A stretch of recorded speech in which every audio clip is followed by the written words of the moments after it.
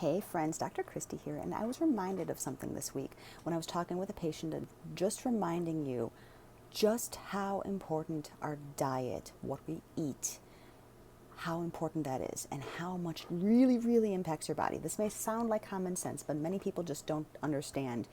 Oh, they think, oh, it's just one piece of chocolate, it's just one soda a day.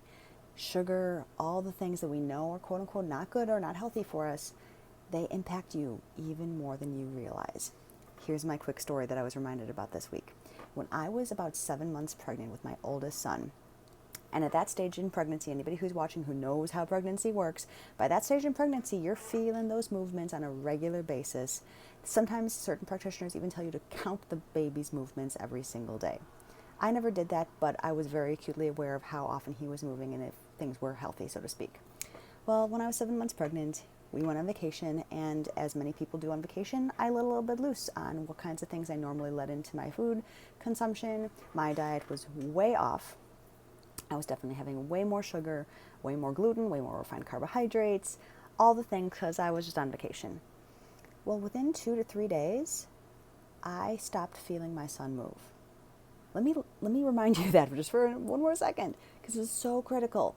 He literally stopped moving for almost 24 hours. And I never intuitively felt like something was wrong, but it was a little frightening. It was a little disconcerting.